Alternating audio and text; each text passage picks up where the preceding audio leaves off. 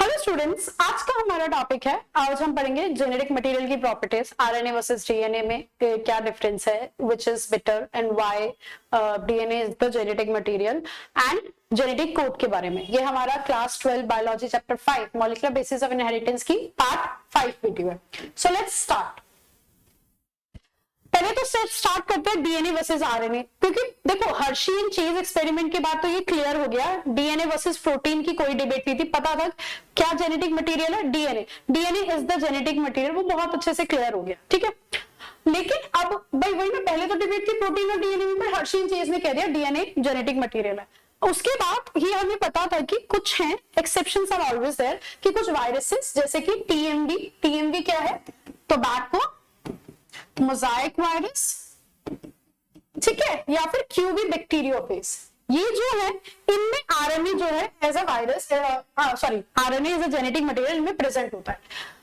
एक मॉलिक्यूल को, whether it's DNA और आरएनए कोई भी है, चलो हम प्रोटीन भी ले लेते हैं, दो वो पता था कि प्रोटीन तो है ही नहीं जेनेटिक मटेरियल। कौन क्या प्रॉपर्टीज होनी चाहिए एक जेनेटिक मटेरियल में कि वो उस क्या कैरेक्टरिस्टिक है जिससे कि वो जेनेटिक मटेरियल बने। 4 पॉइंट्स है। पहला, सेल्फ डुप्लीकेशन, रेप्लिकेट हो वो अपने आप। तो प्रोटीन तो यहां भी कैंसिल हो गया, प्रोटीन तो रेप्लिकेट हो ही नहीं सकता, तो अभी भी बचा डीएनए या तो आरएनए कि वो रेप्लिकेट हो जाए अपने आप। केमिकली स्ट्रक्चरली स्टेबल होना चाहिए, यहां पे डीएनए बेटर है क्योंकि RNA is not structurally stable, chemically it is not stable. इसीलिए यहां पे कि एक जेनेटिक मटेरियल, अच्छा जेनेटिक मटेरियल वो जो केमिकली और स्ट्रक्चरली स्टेबल हो। तीसरा, अलाउ करें म्यूटेशन, म्यूटेशन हो इवोल्यूशन। ऑफ कोर्स हमें पता है कि ये जो हम अभी हैं, हमारे पहले बैक्टीरिया से ऑफ कोर्स ह्यूमंस या पूरे जितने भी नेचर में ऑर्गेनिजम्स है वो सब आए हैं। कैसे आए हैं? क्योंकि वो म्यूटेशन हुआ है। तो इवोल्यूशन के लिए म्यूटेशन इज वेरी इंपॉर्टेंट। तो वो म्यूटेशन हो उस जेनेटिक मटेरियल, वो अच्छा जिसमें म्यूटेशन, जो कि डीएनए और आरएनए दोनों में होती है by the way. Mendelian inheritance sorry Mendelian inheritance express करे कि भाई जो भी मेंडल बोलता है एक डोमिनेंट एक रिसेसिव होगा, ये सारी चीजें जो भी हैं मेंडेलियन इनहेरिटेंस ये जो भी है वो एक्सप्रेस करे। अच्छा, जैसे कि मैंने बोला कि डीएनए और आरएनए में सबसे बड़ा डिफरेंस ये है कि डीएनए जो होता है वो मोर स्टेबल है as compare to RNA. RNA is not stable. पहले हम देखते हैं डीएनए और आरएनए में डिफरेंस। शुगर डीएनए में डीऑक्सीराइबोज होती है, आरएनए में राइबोज होती है। इसका क्या मतलब कि भाई अगर मैंने बोला यहाँ पे डीएनए का स्ट्रक्चर बनाया, देखो डीएनए की शुगर का, नॉट डीएनए का स्ट्रक्चर इस तरह से है, ठीक है। 1 2 3 4, यहाँ पे 1 कार्बन है, ये 1, ये सेकेंड कार्बन, ये थर्ड, ये फोर्थ, और यहाँ पे इसका 5th कार्बन होता है CH2OH। तो जो डीएनए होता है ना, उसमें यहां पर H होगा, ठीक है, और यहां पर OH होगा, यहाँ भी H, यहाँ भी H, यहाँ भी H, और यहाँ पे तो उसका ऑफकोर्स मान लो कोई भी बेस पेयर लगता है, ये डीएनए में ऐसा होता है, ठीक है, HH। बट आरएनए में क्या लिखा है ना, 2 प्राइम OH, मतलब कि सेकंड कार्बन पे भी OH होगा। अगर मैं यहाँ पे आरएनए बनाऊं इस तरह से, तो OH 3 प्राइम पे तो होगा ही होगा, सेकंड कार्बन पे भी OH होता है। सबसे बड़ा डिफरेंस डीएनए और आरएनए में कि आरएनए में राइबोज शुगर होती है, डीएनए में डीऑक्सीराइबोज शुगर होती है। ये राइबोज का मतलब होता है कि सेकंड कार्बन पे भी यहाँ पे क्या होता है, सेकंड कार्बन पे भी OH ग्रुप प्रेजेंट होता है, जिसकी वजह से आरएनए ज्यादा रिएक्टिव होता है, इसलिए वो अनस्टेबल होता है। बेसिस डीएनए में और आरएनए में 3 बेसिस, एडेनिन, गुआनिन, साइटोसिन, तीनों सेम होते हैं, बट डीएनए में थाइमिन होता है, आरएनए में यूरेसिल। डीएनए डबल स्ट्रैंडेड होता है हमें पता है, आरएनए सिंगल स्ट्रैंडेड होता है। डीएनए ऑफ कोर्स ज्यादा स्टेबल है, आरएनए ना अनस्टेबल है, और इसमें कैटलिक प्रॉपर्टी भी है। प्रोटीन बाद में आए जब हम आरएनए वर्ल्ड हाइपोथेसिस, जो हमारा नेक्स्ट टॉपिक भी हम अभी करेंगे। ये क्या कहती है कि जो आरएनए है ना, आरएनए एक्चुअली पहले आरएनए था, डीएनए तो बाद में आया, प्रोटीन भी बाद में आया, पहले तो आरएनए ही आया था। आरएनए जेनेटिक मटेरियल की तरह भी काम करता था, आरएनए ये भी करता था, क्या कहते हैं, कैटलिक प्रॉपर्टी भी थी उसमें, तो उस वजह से भी ये थोड़ा अनस्टेबल है। ये लिखा है ना, बाय आरएनए अनस्टेबल या स्टेबल क्यों नहीं है, लेस स्टेबल क्यों है डीएनए से? एक तो भाई हाइड्रोक्सिल ग्रुप सेकेंड कार्बन पे OH ग्रुप है, इस वजह से। आरएनए इस वजह से ज्यादा रिएक्टिव है, इजीली डिग्रेडेबल हो जाता है। दूसरा आरएनए में ना म्यूटेशन बहुत फास्ट होती है क्योंकि वो ज्यादा रिएक्टिव है, मोर रिएक्टिव है, तो म्यूटेशन बहुत जल्दी जल्दी होती है और इसकी वजह से लॉन्ग टर्म स्टोरेज के लिए सुटेबल नहीं है। और यही एक कारण भी है कि आरएनए जो है ना वो वायरसेस में होता है as a genetic material, eukaryotes में या बिग ऑर्गेनिजम्स में, कॉम्प्लेक्स ऑर्गेनिजम्स में नहीं होता है क्योंकि वहां स्टेबिलिटी नहीं है ना आरएनए में।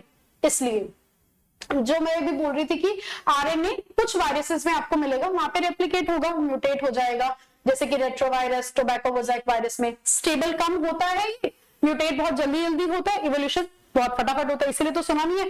कोविड की हमने देखा था, एक स्ट्रेन आई, फिर कुछ दिनों बाद फिर स्ट्रेन आ गई, जी बूस्टर ले लो, दूसरी स्ट्रेन आ गई, तीसरी स्ट्रेन आ गई, क्यों? क्योंकि Covid is also a retrovirus. Covid में भी जेनेटिक मटेरियल पता है आरएनए है, जो उसका जेनेटिक है, कोविड इज अ रेट्रोवायरस, तो इसीलिए उसकी स्ट्रेन ऐसे आती है क्योंकि उसमें बहुत जल्दी म्यूटेशन होती है। इसके बाद आरएनए वर्ल्ड हाइपोथेसिस क्या है कि ये कहा जाता है कि लाइफ स्टार्ट हुई थी किससे? आरएनए से। जो पहला मटेरियल था, जेनेटिक मटेरियल या मॉलिक्यूल था, वो आरएनए था। आरएनए में ज्यादा इंफॉर्मेशन स्टोर हो सकती थी पहले, और ये कैटलाइज रिएक्शन भाई कैटलाइज भी करता था रिएक्शन को, जो अब प्रोटीन या एंजाइम्स काम करते हैं, पहले आरएनए करता था। हम बोलते हैं ना पहले, अब तो खैर ये एंजाइम्स ने और प्रोटीन ने ले लिया इसकी जगह, ठीक है। टाइम के साथ साथ डीएनए इवॉल्व हो गया, डीएनए बना बेटर स्टेबिलिटी के लिए, इसलिए DNA is the genetic material अब सब मोस्टली सब में। और प्रोटीन ने उसकी कौन सी प्रॉपर्टी ले ली?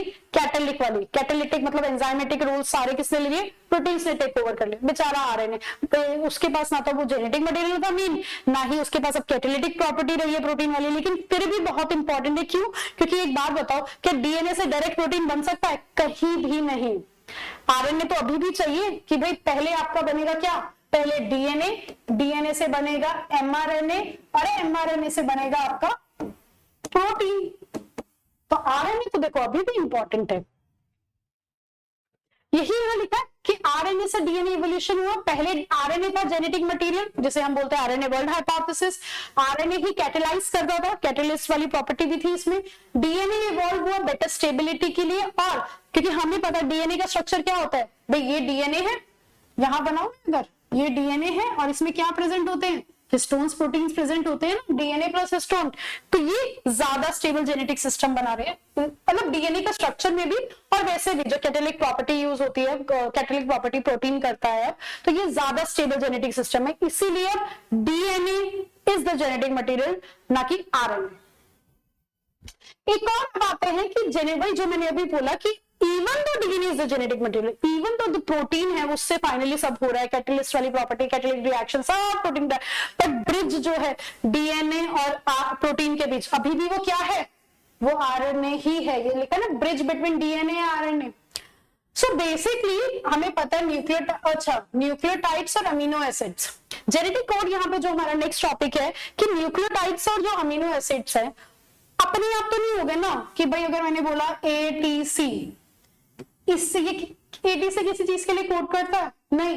लेकिन जब एमआरएनए बनेगा, एमआरएनए में मान लो ये 5 प्राइम टू 3 प्राइम था, तो हमें पता है एमआरएनए क्या होगा, क्योंकि ये कोडॉन टेम्पलेट है, तो एमआरएनए होगा ए का ए आ जाएगा, टी का यू और सी का जी। अब हमें पता है AUG codes for methionine, start codon, ठीक है। तो वो इंपॉर्टेंट है। जेनेटिक कोड ही है जो न्यूक्लियोटाइड सीक्वेंस को अमीनो एसिड सीक्वेंस में कन्वर्ट करता है, और ये किसने प्रपोज किया था? जॉर्ज गेमो ने। ये आपको याद रखने हैं नाम। हुआ क्या था, देखो ये कि कैसे जेनेटिक कोड डिसिफर हुए, कि कैसे कंफर्म हुए, क्या हुआ। तो 3 साइंटिस्ट में इंपॉर्टेंट रोल प्ले करते हैं, हरगोबिंद खुराना, मार्शल नेरेनबर्ग और सेवेरो ओका। आपकी बुक में ना लिखा है सेवेरो ओका एंजाइम। तो इन्होंने जो एंजाइम बनाया था ना, ये गिर गया, इन्होंने जो एंजाइम बनाया था ना, वो उसका नाम ही सेवेरो ओका एंजाइम है। तो इससे मत होना कि ओहो इसने तो गलत दे दिया, no it's not like that. तो हरगोबिंद खुराना ने एक्चुअली प्रूव किया। उन्होंने क्या कहा, उन्होंने सिंथेटिक आरएनए बनाया बिना डीएनए की हेल्प से। तो उन्होंने प्रूव कर दिया, अच्छा हाँ देखिए भाई जो उन्होंने बोला था कि एक्चुअली में ऐसा होता है, कोडोन होते हैं और वो कोड करते हैं अमीनो एसिड के लिए। मार्शल नीरेनबर्ग ने भी सेल फ्री प्रोटीन सिंथेसिस किया कि भाई बिना डीएनए के उन्होंने क्या किया, प्रोटीन बना के देखा कोडोन से, पर्टिकुलर कोडोन से। तो उन्होंने देखा अच्छा हाँ कोडोन से प्रोटीन बनता है। सेम सेवेरो ओकर ने भी आरएनए सिंथेसिस किया था एंजाइम की हेल्प से। तो प्रोटीन से आरएनए बन रहा है ना, तो मतलब कि हाँ, प्रोटीन से जब अगर आरएनए बन रहा है तो वो कोडोन आ रहे हैं, कोड्स आ रहे हैं, तो वो अग्री हो गए थे, सब कंफर्म हो गया था कि हाँ जी ठीक है, हरगोबिंद खुराना, मार्शल निरनबर्ग और सेवेरा ओको के एक्सपेरिमेंट्स के बाद कि ठीक है, हमारे पास कितने कोडोन है, हमारे पास, हमें ये तो पता है कि टोटल 64 कोडोन्स हैं, ठीक है, और कितने आपके अमीनो एसिड्स के लिए ये कोड करते हैं, 20 अमीनो एसिड्स के लिए, ये हमें पता लग गया था। चलो जी, अब हम इनके बारे में थोड़ा सा पढ़ लेते हैं। ये अगर आप देखोगे, ये आपके अलग अलग अमीनो एसिड्स के लिए कोडोन है। अच्छा, एक चीज आपको याद रखनी है कि कोडोन जो होता है 3 बेस पेयर्स होंगे यहाँ पे, जैसे कि triple you 3 base pair. Total कितने कोडोन्स हैं, 64, ठीक है, 64 कोडोन्स कोड फॉर कितने अमीनो एसिड के लिए, 20 अमीनो एसिड्स। अगर 64 में भी डिवाइड किया जाए तो होते हैं 61 + 3, क्योंकि जो ये 3 होते हैं ये क्या है, ये है स्टॉप कोडोन, जो कि किसी के लिए कोड नहीं करते हैं, ठीक है। जैसे कि ट्रिपल, ये ना ट्रिपल यू है, ये इसलिए सबसे आपकी बुक में भी, एग्जाम्पल में भी सब जगह दिया जाता है, क्योंकि ये पहला कोडोन था जो पता लगा था कि ट्रिपल यू कोड्स फॉर फिनाइलएलानाइन, इसीलिए ट्रिपल यू बोलते हैं। ट्रिपल यू या WC कोड्स फॉर फिनाइलएलानाइन, ठीक है। यहाँ पे WA WG codes for leucine. आपको एटलीस्ट और कुछ ना हो, एक एक तो ये अमीनो एसिड्स के नाम तो सबको याद होने चाहिए, ठीक है। फिनाइलएलानाइन, ल्यूसिन, आइसोल्यूसिन, मिथ्योनिन, हमें पता है मिथ्योनिन कोड्स फॉर, भाई AUG कोड्स फॉर मिथ्योनिन, ठीक है। AUG के ड्यूअल फंक्शन है, AUG एक तो मिथ्योनिन के लिए कोड करता है और it acts as a start codon. जब तक mRNA में ये AUG नहीं होगा, ट्रांसलेशन का प्रोसेस स्टार्ट नहीं होगा, ये रूल है। Valine, serine, proline, threonine, alanine, tyrosine, histidine, glutamine, asparagine, lysine, aspartic acid, glutamic acid, cysteine, tryptophan, arginine, glycine और स्टॉप कोडोन। आपके 3 स्टॉप कोडोन है। एक स्टार्ट कोडोन है कौन सा, AUG, और स्टॉप कोडोन ये तो याद होने ही चाहिए, UAA, UAG, UGA, ये आपको याद होना ही चाहिए। एक बार जेनेटिक कोड की प्रॉपर्टीज देखते हैं, ये आती है, या तो इधर MCQ में आ जाएगा कि जेनेटिक कोड एम्बिगुअस होता है या अनएम्बिगुअस होता है, डीजेनरेट होता है, डीजेनरेसी वाली होती है या नहीं, या 2 नंबर या 3 नंबर के क्वेश्चन में आता है what are the salient features of genetic code, तो आपको वो याद होना चाहिए। पहला ट्रिपलेट कोड होता है, मतलब 3 base pair codes for 1 amino acid, हमें पता है। दूसरा, टोटल 64 कोडॉन्स है, लेकिन 61 जो है कोड करते हैं अमीनो एसिड के लिए, जबकि 3 है आपके स्टॉप कोडॉन, UAA, UAG और UGA। याद रखने हैं 3 स्टॉप कोडॉन कौन कौन से, UAA, UAG और UGA।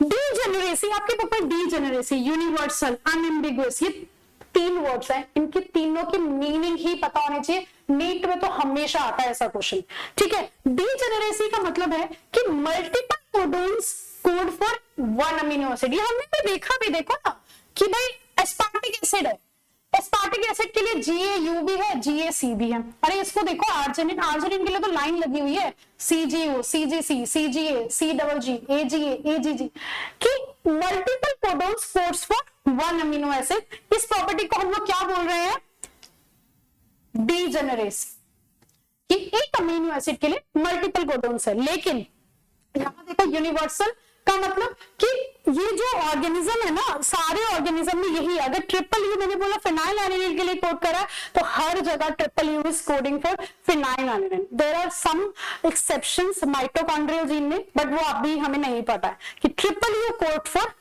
फिनाइलएलानाइन in all organism, whether it's prokaryote और यूकैरियोट्स। अनएम्बिगुअस का मतलब होता है एक कोडॉन सिर्फ एक अमीनो एसिड के लिए कोड करता है। ये आया था 2022 के नीट के पेपर में आया था कि इनमें से कौन सी प्रॉपर्टी जो है कोडोन की नहीं है, कोड की नहीं है, ऐसा करके कुछ आया था। तो हर कोडोन जो है वो कोड करता है किसके लिए, एक अमीनो एसिड के लिए। जैसे कि मैंने बोला triple U will code for only phenylalanine, और किसी के लिए कोड नहीं करेगा। दैट इज अनएम्बिगुअस, कॉन्टिन्यूअस, कि भाई इनके बीच में कोई पंक्चुएशन, कोई स्पेस, कुछ कॉमा नहीं होता, लगातार होते हैं। हमें पता है AUG is a start codon which codes for methionine, और UAA, UAG और UGA ये आपके 3 स्टॉप कोडोन्स है जो आपको याद रखने हैं।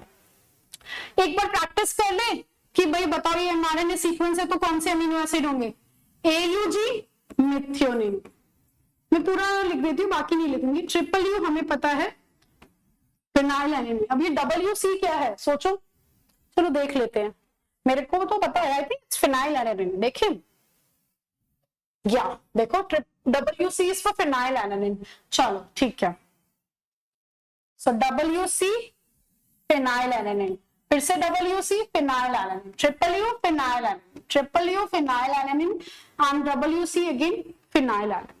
अगर इसको रिवर्स करना है वो भी हम कर सकते हैं। मिथ्योनिन हमें पता है AUG, phenylalanine it can be triple U, it can be WC। आप कुछ भी लिख दोगे एग्जाम में कोई फर्क नहीं पड़ेगा, क्योंकि आपको क्या दिख थोड़ी ना रहा है कि ये कौन से वाला कोडोन है। That is completely okay. So आज हमने क्या देखा, हमने देखा DNA जो है जेनेटिक मटेरियल इसलिए क्योंकि जो 4 प्रॉपर्टी होनी चाहिए वो चारों DNA में है। स्टेबल है, स्ट्रक्चरली भी स्टेबल है, उसका स्ट्रक्चर सही है और जेनेटिक इंफॉर्मेशन लॉन्ग टर्म के लिए स्टोर हो सकती है। म्यूटेशन उसमें कम होगी, रिलायबल स्टोरेज है। RNA जरूरी है, अभी भी जरूरी है एक्सप्रेशन के लिए, but DNA is the genetic material, ये हमने पढ़ा। अब हम लोग पढ़ेंगे नेक्स्ट टॉपिक में tRNA का स्ट्रक्चर एंड हम लोग पढ़ेंगे ट्रांसलेशन का प्रोसेस। ठीक है, अगर आपको कोई डाउट हो please mention in the comment box. Thank you so much.